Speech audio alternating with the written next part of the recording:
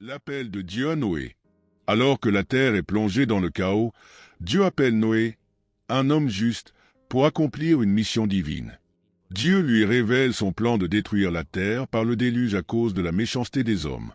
Mais Noé, fidèle à Dieu, accepte la mission de préserver la vie. Les trois fils de Noé, Sem, Cham et Japheth, ont chacun une réaction différente face à l'ordre divin. Sem, le plus âgé, accepte la mission avec calme et obéissance. Cham, plus sceptique, pose des questions, mais finit par suivre son père.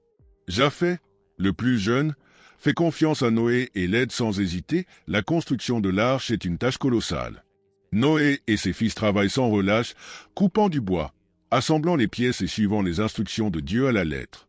Les villageois les regardent souvent avec moquerie, ne comprenant pas ce que Dieu leur demande. Une fois l'arche terminée, Dieu demande à Noé de faire entrer un mâle et une femelle de chaque espèce d'animaux. Les animaux arrivent à la manière d'un miracle, deux par deux, et entrent paisiblement dans l'arche, guidés par Noé et ses fils. La première nuit dans l'arche, alors que la pluie commence à tomber, la famille de Noé se rassemble dans une grande salle intérieure. Les animaux sont calmement installés dans leurs enclos. L'intérieur de l'arche est sombre, mais l'espoir de survie brille dans les cœurs de Noé et de ses fils. Les jours passent et la pluie tombe sans cesse. Noé et ses fils commencent à se demander combien de temps cela durera. Mais Noé, toujours ferme dans sa foi, rassure ses fils et leur rappelle la promesse de Dieu de les sauver. Les doutes se dissipent lentement, laissant place à une confiance renouvelée. Après plusieurs semaines, Noé envoie une colombe pour chercher un signe de la fin du déluge. Lorsque la colombe revient avec une branche d'olivier dans le bec, cela devient le signe tant attendu. La fin du déluge est proche. Lorsque l'arche s'arrête sur le mont Ararat, Noé et sa famille, accompagnés des animaux, sortent pour découvrir une terre renouvelée. En signe de son engagement envers l'humanité, Dieu place un arc-en-ciel dans le ciel et fait une promesse. Jamais la terre ne sera détruite par un déluge. Noé, maintenant âgé, transmet à ses fils l'importance de suivre les commandements de Dieu. Il les encourage à bâtir une nouvelle société fondée sur la foi, l'amour et la justice. Les fils de Noé juraient de perpétuer cet héritage, chacun suivant sa propre voie dans le monde renouvelé. Finalement, les pluies cessèrent et les eaux commencèrent à se retirer. Après de longs mois, Noé envoya un corbeau et une colombe pour savoir si la terre était sèche. Lorsque l'arche s'échoua sur le mont Ararat, Noé, sa famille et les animaux sortirent. Dieu leur fit une promesse, il ne détruirait plus jamais la terre par le déluge. En signe de cette promesse, il plaça un arc-en-ciel dans le ciel. Ainsi, l'histoire du déluge nous rappelle l'importance de la foi, de l'obéissance et de la miséricorde. C'est un message d'espoir et de réconciliation, un pacte entre Dieu et l'humanité, symbolisé par l'arc-en-ciel. On profonde sur la foi, l'obéissance et la rédemption. Noé, en tant que patriarche, a reçu un appel divin pour préserver la vie sur terre en construisant l'arche, une tâche qui a mis à l'épreuve sa détermination et sa foi.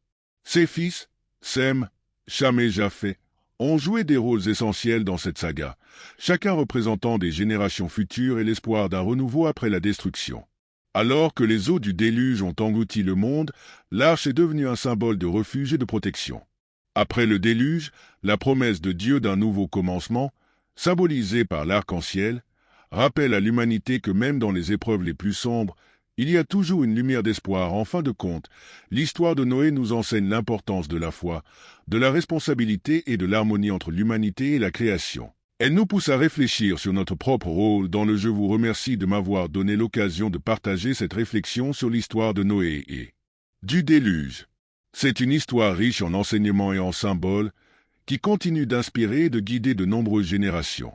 Si vous avez d'autres questions ou souhaitez approfondir certains aspects de cette histoire ou d'autres thèmes, n'hésitez pas à me le faire savoir.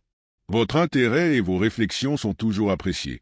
Monde est notre capacité à choisir le bien, même face aux défis de la vie.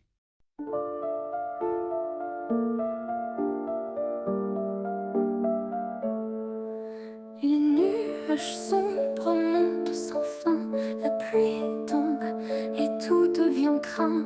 Les animaux ont de deux par deux, tandis que Noé fait de son mieux.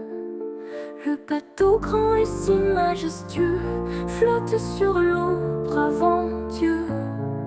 Les vagues frappent la coque dure, épreuve divine d'amour pur. Les éclairs illuminent la nuit, le vent hurle, raconte l'ennui. l'ennui. Sur cette arche fuyant la terre, l'espoir et foi sont leur lumière.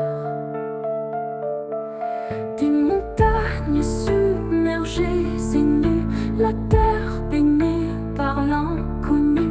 Mais l'arche érige sa destinée, Noé guidé par sa clarté. Les jours passent, les eaux montent, mais dans l'obscurité on affronte les promesses d'un nouvel aube clair. Quand les eaux se retirent enfin fièrement, les éclairs illuminent la nuit. Le vent hurle, raconte l'ennui. Sur cette arche fuyant la terre, l'espoir et foi sont leur lumière.